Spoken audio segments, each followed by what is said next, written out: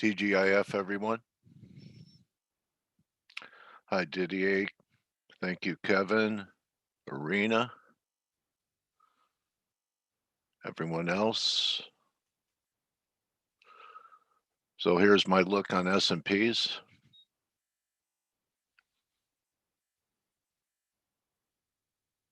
Everyone see that? So we held a very important support level yesterday. Just drew this line, extended the triangle line out and adjusted a little bit. So what are we going to have, a right shoulder?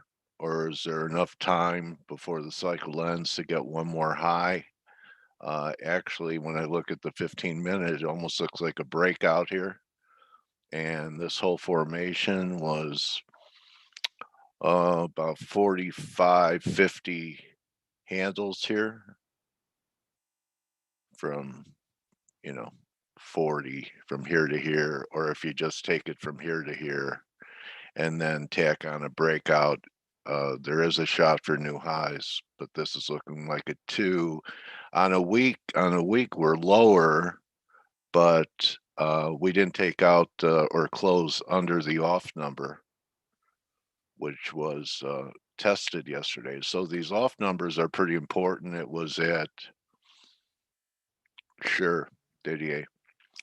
The off number was 38.92, and we took it out by about 7 handles. So we're not getting a 2-week reversal, even though we're 11 handles lower on the week here. Dollar really gave up the ghost after that rally from 61.8. Almost looks like we could have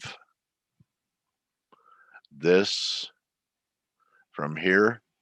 That's going to take us back down towards the lows. There's your daily. Looks pretty ugly to me. That's just another little bear market rally, and we start closing under 90.12 to 61.8. I don't know why we wouldn't be able to take out these lows, maybe head towards 88.50. Euro proved itself in the last couple days. Looks like another flag, doesn't it? This was a flag for 1, and then we have 2, and this is a flag, and so we're probably headed to new highs there. In Euro, I know cables led it all the way, but Euro looks like it's going to, we're going to have another wave. Aussie, real strong. The only thing I could say about this on the Aussie is even though we've made new highs and it's an explosive Friday, look at this. I didn't think we'd confirm at new highs, but all the other momentum indicators are confirming. There's your 4, there's your 2. So pretty lousy week in the dollar all in all. And the dollar was pressured against all currencies across the board. So here's something I am looking at. I have been for a while. I'll share it with you, and maybe it's going to come into play next week. Check out this formation in Canada. So at new lows on a daily, we're not going to confirm, and the bottom of the wedge line is, I think, another 60 pips or so. I have to extend it a little bit, but this looks like a ending diagonal if I'm a Elliottician, and it's coming in around 125. It looks like 24.90. So one thing I can say, and it's marginal, but Aussie's making the new high, and Canada is not making the new low yet. Okay, so in some respects, even though it's ugly and it's an ugly day, that's a little subtle sign with Aussie making a new high and Canada not yet making a new low. And I'll wrap it with the yen, US dollar yen. Looks like we have 2 drives up here. This one I tried at 521. We're actually back under the off number. Really came off quite a bit from the highs early this week. So doesn't look great either. But when I look at it from here, it looks like we've had one, we've had two, and maybe we have one more push up. Oh, and oil looks pretty much the same on the 4 hour. I remember someone was saying they thought that this was drive one, and I didn't think so. And then they thought this was three up here. I didn't think so, but now it looks like one here. I mean, we are diverging, but it's over 70. Should crude pop above 62 sometime next week? I don't think it's going to uh, get over an RSI reading over 70. So this would kind of make sense. One more high in the energies and one more high in S&Ps, maybe sometime early next week. Hope everyone had a great week. And if you're new and you haven't been here for a while, consider joining us so that you have all this research at your fingertips. I want to thank everyone for their attendance. We have Peter Riley here today. We have an interview today. So I'm going to pass it over to Blake now. How are you today, Blake? How's it going, buddy? So we have an interview today. Yeah. And Oh, I didn't. next Friday, a very special interview. I Yours think, truly. Good yeah, one. yeah. Who? Stell, It's gonna be next great. It'll be Friday. great to have Stelios here. But I didn't know we had an interview today. I didn't see it on the. Yeah, I Maybe I missed Skyped it to enter it. It's a makeup for that day my internet was down. Oh, okay. All right. All right. Well, you were asking me how I was doing, and I'm Yes. gonna say not so good. I didn't expect the Aussie to break into new highs. And so it's turned a lot of my crosses upside down where I had, really good Oh, profits yeah. overnight. And, it's like, you sit there overnight and you're like, man, I got a nice profit, I'll be fine. And then you come up and everything's upended and it's like, man, par for It's the a tough course, right? business. But Yeah. that's how I feel today with the Aussie rally at this moment. So let me go ahead and share with you guys. No, one thing I'll come back to that one here in a second. But yeah, you can see the Aussie. We came out of an ascending wedge. We were pulling back. We pulled back to like the 38% retracement.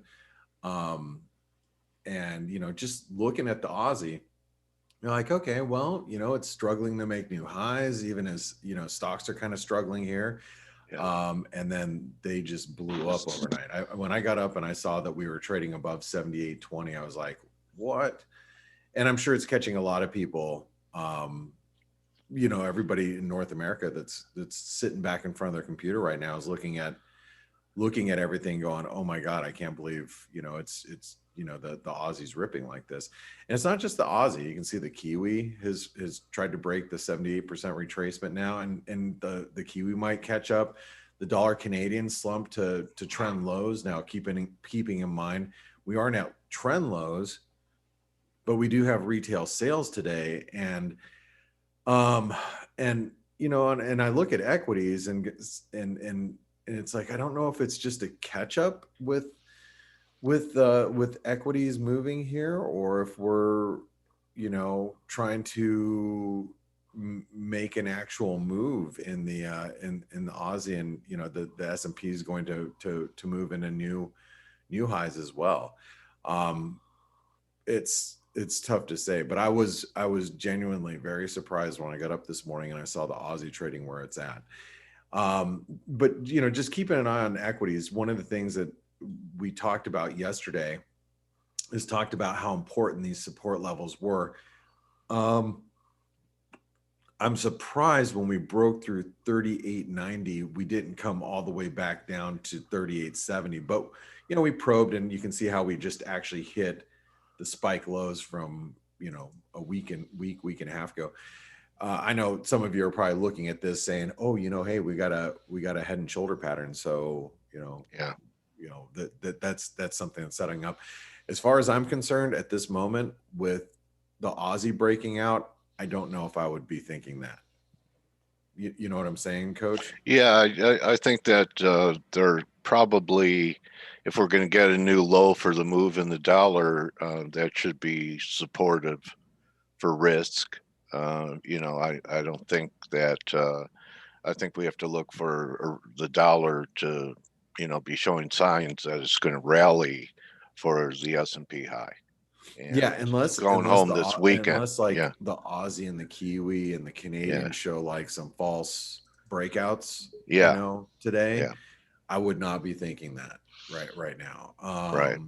With the Aussie as strong as it is, that's from an FX point of view, that is where you have to be looking at the risk, the risk association with the Aussie. So as the Aussie continues to strengthen, that is more of a tailwind for equities. It's equities thinking, okay, there's the reflation trade. You got copper moving higher. You've got the Aussie moving higher. So stocks should continue higher, right?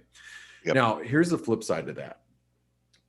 Here is the other thing that I can't, shake either, is the dollar Mexican peso. Look how strong this is, Coach. Now, you would think that the dollar Mexican peso below, at these levels would be, coming down quite aggressively with stocks where they're at. Yeah. But it's not. And especially with the dollar. I mean, look at the cable. The cable's above 140 and continuing to take stops higher. Aussie's, trading higher. So the dollar Mexican peso is, I mean, it could trade down today, of course, especially from current levels. We might actually start, pushing lower here. It's an outlier, like the canary in the coal mine. Is it a canary in the coal mine? And that's the question that you got to ask yourself. It's like, is it right now? I thought Putty Cat. Oh, that's Tweety, right? All right. Yeah, I mean, is that the way we should be viewing it? But the thing is it's not just the dollar Mexican peso. It's like, look at the rand. I mean, the rand is holding up pretty well too. And that's, again, is it a canary in the coal mine? Is it really just a bunch of noise? Is it just going to catch up? I don't know, but I think it's worth, keeping on the radar and knowing that they are holding up pretty well in this environment, which they shouldn't be in all actuality. In all actuality, the US dollar Mexican peso should be a lot lower. But these warnings haven't meant a thing either. Because, if you look at the dollar Mexican peso over the last 2 months, it has been stabilizing, but it hasn't been signaling, look, stocks are going to roll over. Because what have stocks have been doing? They've been continuing higher, and the Aussie continues higher, and commodity currencies continue to be strong. Commodities continue to be strong, generally speaking. So, it's not it hasn't been a quote unquote sign as of yet. So, I think it's just worth noting. It's something that we have to pay attention to. Speaking of one last thing I should probably talk about is I should talk about gold and silver. And I don't know if you talked about them this morning. I had to step away to go grab some coffee. I didn't, buddy. Go ahead. You didn't? But look at gold. Look at how weak gold is. I mean, we got a bear flag pattern going on, but look, we're tagging these. This is pretty important support. This is one of the breakout points. And it's like, why isn't gold going higher? And I really sit here and wonder, Dale, and Stelios, you might be able to chime in, and same with Steve if he's here. I'd like to open this up to a conversation with you guys. Maybe this is really the start of something much bigger for gold and silver, as yields, investors are shunning. Like, why do I need this rock when I can just store everything digitally? That's the big. What are you storing digitally though? That's the only basic question I have. Risk on anybody that wants any type of safety. They're flocking to Bitcoin. So we're seeing this diversification, in my opinion, away from a rock, paperweight, into digital stored currency. But the difference is that it's not paperweight. Gold and silver didn't become currency arbitrarily. They I'm sorry. became for the very simple reason that they have all the properties that money needs to have. They are divisible, of course, not as easy as electronic money. They are globally, since 5,000 years ago, acceptable. Why? Because they are rare, and most importantly, because they have actual properties which do not diminish by time. Still today, we use gold that might have been mined or anyhow found thousands of years ago. You make it a jewelry, fine, no problem. You don't like the jewelry anymore. You melt it and you can use it in electronics next day, Well, tomorrow. Steve, no, I understand I understand all the properties of that, but for our generation, the generation moving forward, like if you're my kid, right, or and your son for that matter, now minus how you're going to try to alter your son, but think about like your son's friends, as they grow the next 15, 20, 25 years, are they going to prefer what they perceive as a digital currency, or are they going to say, well, I'd like to really store it in gold? Digital currency is a different thing. Bitcoin is not a currency, right? It's not being, you can't use it as a currency. You can use it to buy stuff, but it's not really a currency, is it? Well, yeah, okay, a store of wealth. Let's just store of wealth, yeah. Well, or even an inflation hedge, if that's the case, then things continue to get more expensive. Yeah. It's an alternative. I'm just saying that is that what we're seeing? That's what Gunlich, even Jeffrey Gunlich said something like that yesterday, that the funnel is a smaller funnel, so it doesn't take as much money to move it. And there are a lot of people that are, espouse what Blake just talked about. I don't buy it, but it's, that's what's happening now. Doesn't mean that's the way it's going to end up, but that's what's happening now. I think Blake has a very valid point, and I think the younger generation definitely are attracted to this. I have my daughter-in-law and some of her friends and some other kids that I know from family. They've all asked me about Bitcoin. Oh, I want to buy this. I want to buy that. And I said, yes, okay, perfect, buy it. Just why are you buying it? And they all said, oh, I want to make money. I want to sell it higher. Yeah, that's what they all say. In that case, go for it. Because it moves higher. Yeah, I said, go for it. You can do that. You can double it, triple it, quadruple it. Go for it. Just as long as you know what you're doing. That's all. But what I'm trying to say is maybe that this is the mindset that's starting to catch on now. The mindset now is, oh, well, I don't even have to sell it. Maybe it is a store of value versus, gold. And that's what I'm saying. Maybe we're seeing the shift where gold is weakening now as Bitcoin is rallying. Since when do young people think about storing value and wealth? No, young people don't think like that. Old people think like that. Young people think, I want to make money because I have dreams. I have a specific car I want to buy. That's going to get me my dream girlfriend or whatever from like university or what else. What I'm trying to say is that the people that are really attracted to cryptos at the moment are mostly people that their mindset is, I want to make a lot of money quick, and not people that are like, how do I store my wealth for the future? Yeah, I mean, my son, after he becomes a YouTube superstar with 400 bazillion followers and making $10 million a year, he needs to store his wealth somewhere, and he thinks Bitcoin, not so much gold. I'm joking about that. It's a fair point, actually. But it's a topic worth exploring, because really we're not seeing gold and silver rally with the rest of the commodity complex, even as inflation expectations continue to rise. And I am a little worried. Technically, I'm not worried about them yet, but I look at silver. That move last night, that was in Asia, it just took out all the stops. But what I would really be concerned with is if silver traded below 25, that would be very concerning to me. Gold, gold to me looks like we're going back below 1,700. It is likely. And I'm not saying Yeah, it's going to happen yeah. today. I'm just saying No, it is likely. Technically speaking, I think we're still in a prolonged correction because gold has had a major move higher, right? I mean, lasted a long time, a major move higher. And the market currently, for some reason, I mean, the market more frequently thinks wrong things than right things. I mean, we've seen that multiple times. The market currently seems to be of the idea that the rise in yields is negative gold and silver, which is purely BS. The reason I'm saying it's purely BS is two things. First of all, real rates are still extremely negative.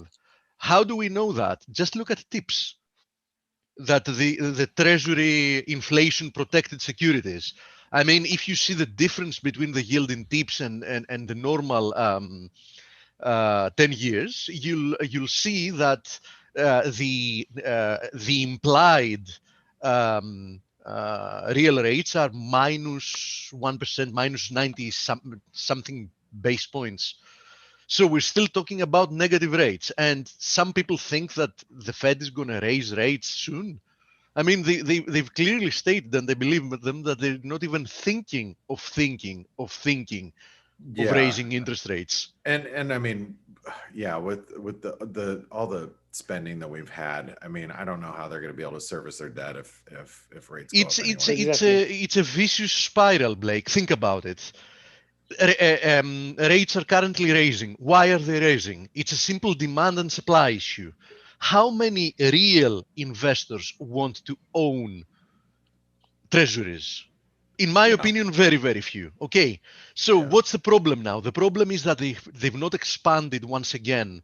They've not had a big leg higher in the Fed's balance sheet, but with the 1.9 trillion package coming through, etc., you'll see, in my opinion, that rates are going to move down again. Why? Because the only method the Fed has of solving the rates issue is doing what actually makes rates want to go higher, printing even more money, funding even more of the debt, so they can actually buy back those bonds themselves and push yields lower, because the US and the vast majority of the developed countries cannot afford higher yields in what is unsustainable debt. So it's funny, but the problem begins because more or less, if you let the market free and alone, it understands that everybody's more or less insolvent. And the insolvency issue, they're trying to fix it by making countries even more insolvent by printing more money. And it works. And it will keep on working until it stops working. And when it stops working, it's going to be fireworks all over the place. But until that happens, you'll see that this yield scare, I think, is going to be again temporary, because once the Fed prints another 2-3 trillion to buy all these bonds, because they're going to buy them all. I mean, they're going to buy, if not 100%, they're going to buy 90-95% themselves, and the rest are going to be bought by institutions that will just want to front run the Fed from buying them, so they can sell it back to the Fed again and make the difference. So you think this move in yields this is not sustainable? No, I think that at some point yields are going to explode higher in a way that's going to be, spectacular, but we're not there yet. Got it. All right. Well, I'm going to let you guys take over the screen, and we'll see what happens. I'll let you talk about some things that you want to discuss. But I think it's worth noting that gold is trading really heavy, silver is trading really heavy, and cryptocurrencies continue to outperform, and yields continue to push up. So and actually, I was talking to Kevin Ferry, who you guys might remember him from CNBC years ago, and I've brought him on as guests over the years, but he actually is in wine country now. I talked to him yesterday actually for about 45 minutes about a lot of different things actually, but one of the things that he was also mentioning about the bond move, because he is a big bond trader for so many years. He was always on CNBC for 20 years, every morning, at when I was on my morning drive. So it was like just before the market opened, he'd be from the Chicago board of, the CBOE. And before he was pre Rick Santelli.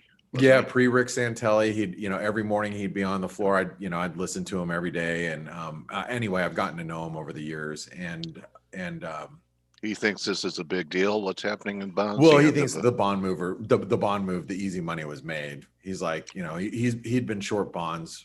Okay. Basically, if you look at the 10-year, he'd been short since October, since around here. Yeah. And he thinks that the easy money's been made, but he's not necessarily believing that, that bonds can't go lower. He's just like, I don't know if I really want to trade them at this point. Anyway, Yeah. I'm going to let you guys, Steve, I'm going to let you take over and Have a good weekend, Blake. Yeah, thank you guys. Have a great interview. I will see you, those of you on the Face 2.0 webinar in about minutes. 45 minutes. All right. See you guys. Bye-bye, mate. So still, Dale.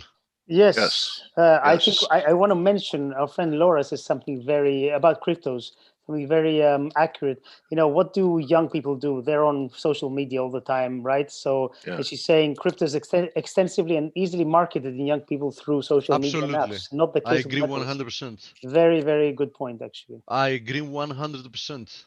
That's why it's not easy to call the top. But in my opinion, as with all bubbles, this generation is also going to learn its lesson, as the tech generation learned its lesson in 99, 2000. I mean, a lot of people are going to lose a lot of money in cryptos. Even people that have been making a lot of money, those that are convinced that the way to go is hodl, as they say, they will probably end up only with past paper profits at some point in cryptos. Well, that hodl strategy was for GameStop as well, right? They were saying, I'm going to 1,000 and 10,000, wherever. Needless to say how many obviously lost their money there, right, Celio? And whoever really believes that GME is ever going back there, I have a bridge to sell you. Come in Greece, I'll show it to you. Yes. Okay, what else is there to mention? I mean, there's been some good news about the COVID vaccines in the US. Apparently, they're going to double the amounts that they were planning to have. So it's gaining traction, and we have 3 or 4 different ones now. So people are getting vaccinated, which is definitely good. I think they're doubling it by only giving people 1 shot. Isn't that what they said? Is it? Oh, I think they're because I think Pfizer came out and said that they have 90% efficacy with 1 shot. And so because there's a shortage, and I've had 1, that they may not give people the second so they could give others their first. If the numbers are true and with 1 dose you have 90% efficacy, it makes sense. Yeah, that's mathematically what I speaking, heard it absolutely makes sense. Yeah.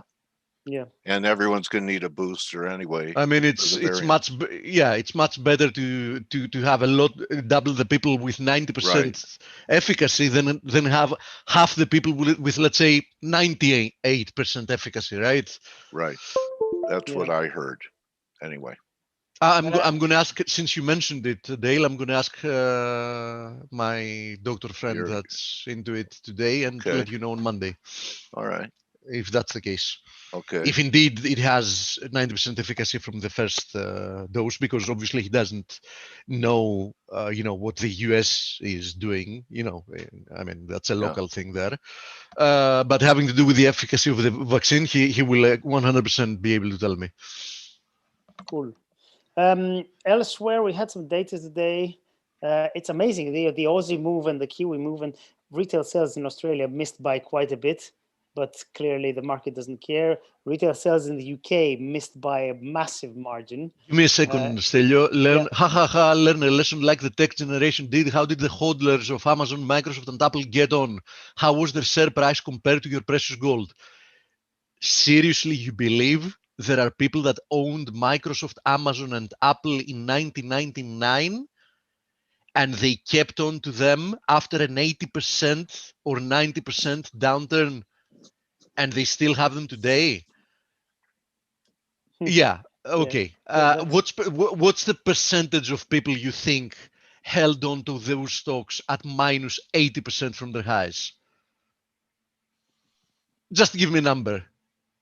What's the percentage like in your mind? Like 80% of the people you think, for example, held them through 80% losses? Forget about people who were leveraged because they were stopped out anyway. They were stopped they out. Didn't have the, yeah, DDS says 1-2%. I would say Yeah, exactly. sub 5%. Exactly. That's the number. So what happened to the 98%? That's the question. Because I'm not doubting that some institutions held on to them 98% when they were 80, 90% lower. I do believe it. But what's the percentage of investors that in total? Obviously, not everybody bought at the top. You know, they buy lower as well. But that move. Yeah, the problem still, as we all know, is that yeah. the retail crowd buys very close to the top. That's the problem. The retail crowd buys near the top. And to be frank, it doesn't matter if you bought 10% from the top, because even if you are at some point 10% in the money, then you'll find yourself 70% out of the money and nobody holds. Yes. Okay. Dale, I know it from experience from Greece as well, because during the same time, globalization, we had the same type of melt up in stocks. Yeah. I mean, stocks with zero real value were just like leaping higher on a daily basis. Personally, 9 out of 10 people I know, at some point they had big paper profits. We're talking about people that initially invested something like, let's say in today's prices, 30,000 euros or 50,000 euros. And at some point they found themselves in the money with the equivalent of 500,000 to 1 million. And they were like, I'm a millionaire. And 9 out of 10 I know either left at break even when they had lost any hope that they're going to make back their money. And some of them even lost their initial deposit. I actually know very, very, very few people that cast out rather close to the high and they were like, okay, I'm out. That's it. I think it's good. Right. I've made well. Yeah. Okay, let's bring all the right, guest we're in because bleeding we're into the interview, and sorry, I thought it's Friday. I thought we didn't have an interview. I have one. It's okay. Peter, how are you, buddy? Welcome to Face. Glad to have you here. I'm here. Can you hear me okay? Can you turn it up just a little bit, buddy? The volume. I think it might be okay, Dale. Sometimes the microphone needs a few seconds, to auto adjust the volume. All right, you're good. You're good, Peter. All right. All right. So good morning. Very nice to meet you again. Sorry about that day. I didn't have internet service. It was just, a day. Poor people in Texas that still don't have power. Can you imagine having leverage positions on and not being able to do anything? So I have some, trader friends there. So let me ask you, Peter, you're going to share your screen, right? I will be glad to, yeah. Okay. So is that green box? Yep, I got it. I cannot start screen share while other participant is sharing. Yeah, Steve, you have to stop sharing. Done. Thank you, buddy. Okay, Peter. All righty. Hopefully you guys can see that. Okay, so you're prepared. You told me you had a PowerPoint. So before we get into the PowerPoint, Peter, can you just give me a little history, how you got involved in trading and forecasting, etc.? What was, say, for example, your first gig in the trading business? So I am not a professional trader. I'm an actuary and economist by training. I spent most of my career in health insurance, actually, as an actuary. So became very facile at financial model building. And in fact, my father's a statistician. I'm versed in time series. So I come from it, from a DNA. It's in your DNA. Yeah, I was programming matrix inversions at 13, with my dad. So right. So I've come to it more from from an adjacency. Okay, so it's more of a passion. So what I did was eventually, I lost, made some money back in the .com bubble, lost money. I felt like I was not really knowing what I was doing in the market. I didn't have a process, a system. I looked for processes and systems. I had a boss at the time who was doing the same thing, because he was interested in the markets. And ultimately, I backed away from, kind of like the trading approach, where I'm going to allocate my capital because I think this about that company. But eventually I came upon, using my technical background in model building, financial model building, a way to design an allocation scheme that's systematic. And it got me thinking about the nature of systematic investing. And that's really kind of what I was coming to the table to talk about a little bit today is, systematic investing and how traders can think about what they're doing within that context. And I know that doesn't, most traders probably don't think that they're actually running a system, or people like you are sharing your screen and showing charts really think that they're, using a system. But in fact, it's my position that everybody is. What they just haven't done is necessarily programmed it or set it down in rules in a heuristic. So that's kind of what I, was coming to the table to talk about today. Okay, great. All right, so I'm open. We learned from everybody. Appreciate you preparing a presentation for us, Peter. So take it away. So first of all, I have to say that I am, and my partner, in the middle of raising, a fund.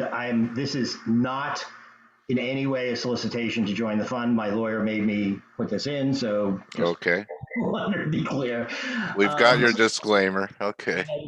Got my disclaimer. So let's talk about the characteristics of systematic investing. It's systems are rule driven, no discretion, numeric representation of a core allocation thesis. Okay. So traders and even chartists are doing that. They just haven't got down to the point where they're necessarily laying it out in a heuristic. So I was watching you with your screen, showing trend lines, and I've done the same thing. And every trader, everyone who's visually oriented, likes to look at things that way. But you could theoretically go and program exactly how those lines should be drawn.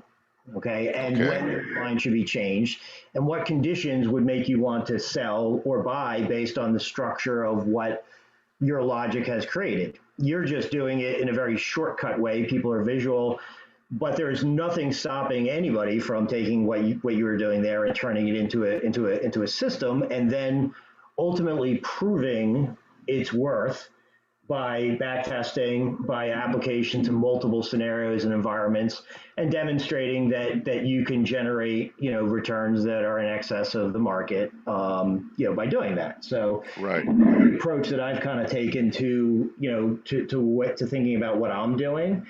And the concept that I really want to get across today is that, price movement is the opportunity.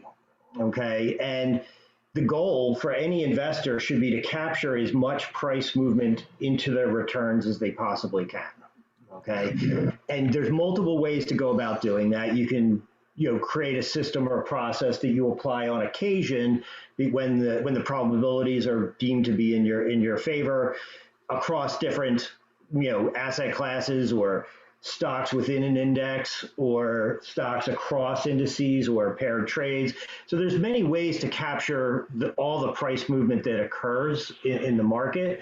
And the goal is to capture enough of it so that you're exceeding the returns of the market, with regularity. And I don't want to say risk adjusted because I'm not necessarily a believer in the efficient market hypothesis and that construct, but that's really the goal. So price movement is really the opportunity. And I think about systematic investing in terms of systems or processes that can be demonstrated to produce value over different time frames, and then stacking those processes. Okay, so let's say that I have a model. Buy and hold is a system. So you enter at point X and you get out at point Y. That's a system. You capture only one part of price movement. If you have a trend following model, it may tell you to be long now, be short now, be long now, be short now, and you have an opportunity to capture much more gain into your process if that system works than buy and hold. So the concept is to find processes that work over different time frames, stack them, meaning unbound yourself between keeping your portfolio between 0%, in anything and 100%, long.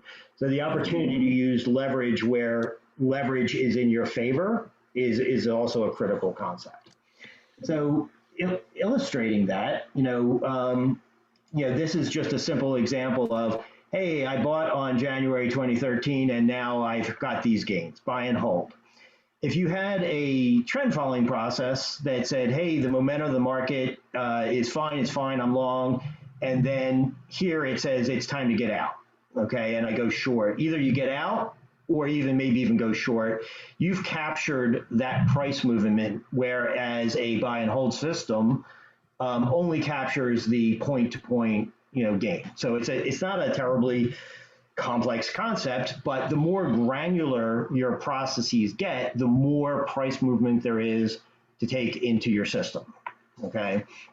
The corollary is that systems that are neutral to the market are obviously to some degree missing opportunity because it doesn't have a position on the price movement that's happening. Right. And the more granular you think about this and you get to the point where you go, hey, high frequency trading, what are they doing? They're getting down to the milliseconds. Yeah. The subatomic level of the market and capturing mini gains at high frequency, that in price movement. And so you can start from that very granular level all the way up to the macro and talk about how you can stack processes and that are orthogonal or independent to gain more than the market. So that's the concept that I really wanted to talk about today. I'm going to stop there and see if you've got questions or anyone else has questions. Okay. I know you have a presentation. Does it include that you have models, proprietary models that forecast secular changes in markets? Yes. Okay. So that's the first system that I built was what I'll characterize as a mean reverting valuation driven model. So it's an allocation scheme that says the higher the market is valued, the less you want to be in the market. The lower the market is valued, the more you want to be in the market. And obviously that's buy low, sell high. That's obvious, right? But the point being is that it actually, if you unbound yourself from thinking about, hey, I want to be only 100% long, there are opportunities understanding valuation to know that you actually should be levered long to capture high probabilities of gains. One of the principles embedded in this is that in general, if the market isn't suffering, if the underlying economy isn't suffering from persistent declines in corporate earnings power, the market just has a tendency to get more expensive until that occurs. So there's a tendency that the market goes up, and the more undervalued it is, the more levered you should be. And as you get more overvalued, eventually you should be out of the market and even short. Okay. So this scheme is driven by a proprietary valuation model using corporate profits from the national income and product accounts that the government publishes. And so the basic concept is that equities are valuation should be a function of the size of the economy, nominal GDP, and how much corporations are pulling out of the economy in terms of earning power. And I don't just mean S&P 500 companies, I mean the entire economy. And one of the conceits of the model is that the observation that the government data on corporate profits actually often disagrees with what companies are publicly reporting, because companies can publicly report their earnings more favorably than they really are from an underlying economic perspective for some period of time. One of my roles at a large health insurer, which I won't really say publicly because you can find out, was to be the valuation actuary. Okay, so you're making estimates of what your earnings are, and you at any point in time you can keep fat on your balance sheet. You can have reserves that are overstated, and then as things kind of like you miss your estimate, well, you can change that fat, and you drip that out into your P&L, and you hold your earnings up until the point in time where you have no more fat in your balance sheet. Okay, and so when secular turns in the market occur, it happens because the underlying earnings power of corporations are declining persistently. Publicly traded companies won't recognize that that's a persistent trend for some time, and they will do what they need to do to hold up and meet their earnings expectations. Up until the point in time when it's obvious to everybody that, hey, we're in a recession, corporate profit margins are plummeting, and then everyone gets a free pass to admit that things aren't that good, and then they have a kitchen sink quarter and so on. So the way that goes back to my model is that turns in corporate profit margins in the NIPA data actually lead turns in publicly reported margins by a full year. And that allows you to create a structure so that if you observe that, you should be shifting your allocation scheme. And that's exactly what this graph here is showing, that in my model, when my logic says, hey, this is ripe for a secular bear market. And what I mean by a secular bear market is something that lasts, we'll call 9 to 18 months and is punctuated by persistent declines in corporate profitability. Then your allocation scheme in my model is still a function of relative valuation, meaning how cheap equities are or expensive they are, but they shift to a much more conservative stance. So that's okay. the model. So what's your model saying in these market conditions and structures? Based on a valuation model, would you say there's not that much value left in the market with valuation levels and rates going up? There is not much value. In fact, there is no value left. Okay. All right. So your valuation driven model would be how much in cash? Actually, it's 100% short. Okay. That's that's definitely a statement. Okay. So how long have you been 100% short? Is this a recent position that you've taken with the model? That's actually since November. Okay. So it's obviously it's taken a drawdown, which is a characteristic of a mean reverting scheme. Yeah. So the concept is that the markets can in fact go higher. I can't say when it's going to turn. It's you take drawdowns, but you position yourself to capture that. Now that kind of leads to why I'm working with another model developed by a partner that's more price momentum oriented. So that price momentum oriented model makes decisions on much shorter time frames, and it goes between, flips between long or short. And that model in and of itself as a standalone model performs very well. But when you overlay it on top of my model, which is a mean reverting, valuation sensitive model, they actually, the gains, compound between the two models. So said another way, a price momentum model says it's okay to be long right now. So if my model is 100% short and the price momentum model is 100% long, that effectively makes me flat to the market as opposed to literally being short. So that's the concept that I want to get to, is that you can take two independent systems that as long as they're uncorrelated in terms of decision making and time frame that they work on, and that means you can then overlay those two systems and take the gains of either system into your price movement. And your shorter term system is called a momentum system, Peter? Yeah, it is. It's my partner Dan Weiser, who you can also find out there on Twitter. Developed this. I I helped him kind of turn it into a process, but the concepts are his, and Okay. it's very much like based on RSI 5 and other internal measures of market strength. And so it's Mhm. literally a logic based process where it's a if then else decision. It's not Dan looking at the day and saying, hey, today I feel like being short, or look, I think this is really a long. It's a logic based process. Then you could then back test and demonstrate the value over time. Okay. And what would you say allocation would be between the two models? Equal? So that's what's a little different, and a lot of people think of it that way. We're not going to allocate capital between them. The two models actually work together. Okay. So the allocation stacks on top of each other in our process.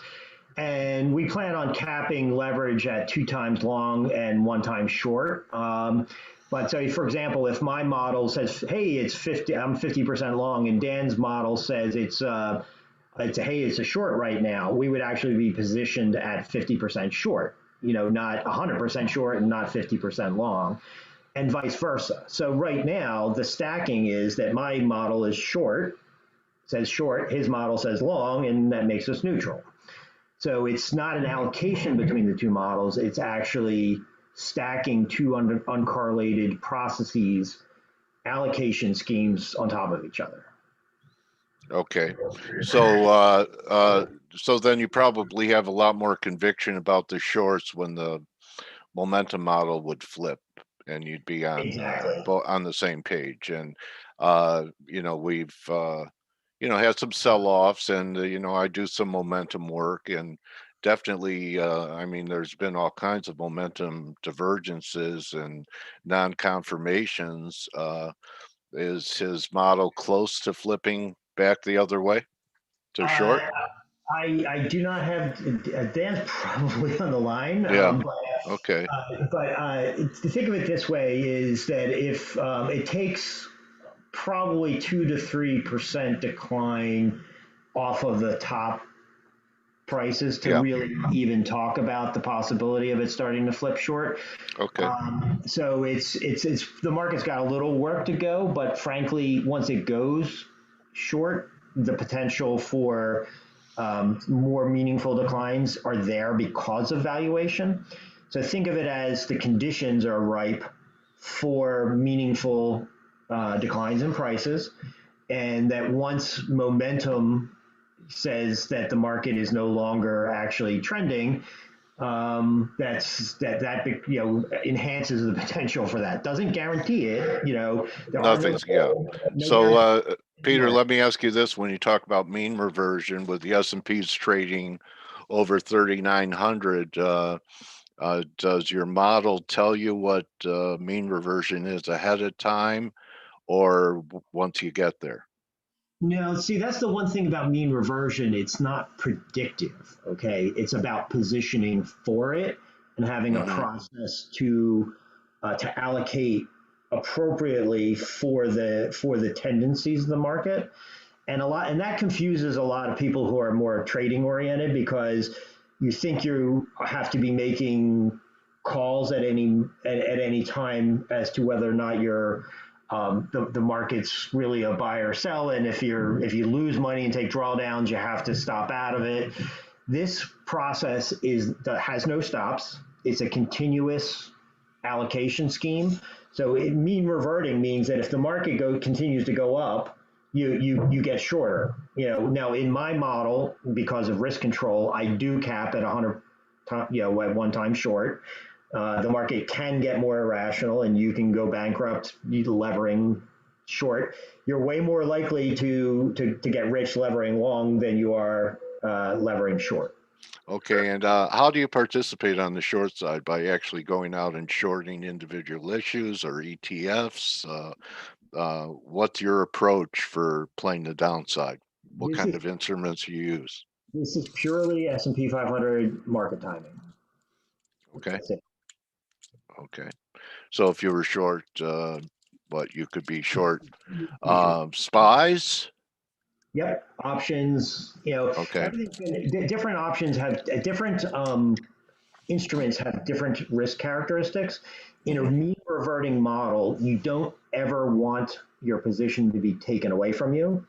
Meaning, so probability of ruin is a very important concept in doing mean reversion. So you have to use instruments that you control. So I have personally favored options on S&P 500 on SPY. It also that requires obviously as price moves, delta moves. So since we target market exposure, you have to constantly kind of like kind of titrate exactly what the exposure is to the portfolio. So if market says, hey, you're 150% long, and the market goes up, and you're using options, well, the delta goes up. So that means that you need to titrate and sell options to get back to your 150% long position. But futures don't have that characteristic, but futures are way more tax efficient and way more kind of leverage efficient. Problem is that you can run out of margin, right? So it's, I use a mix of instruments depending on the circumstance. So for example, in March of last year, I was not touching options because of the high VIX. Even if you were right, as VIX came down, you were likely to give your gains to somebody else. So I was at that stage using levered ETFs, again, because the margin characteristics. So it really depends on the characteristic of the market, what instrument makes the most sense. Okay. So Peter, we have a few minutes left. Anything that you want to wrap it with, and perhaps you want to show if you have a website or where people could reach you if they want to delve more deeply into what you're doing? Yeah, so the only thing I wanted to share was that two things. Okay, so this graph shows what our historical combined model allocation has been, with the darker orange being the historical daily allocation. You can see that we've got to be short at this point. We were longer on the dip because valuation came down enough, but right now valuation is such that it says to be short.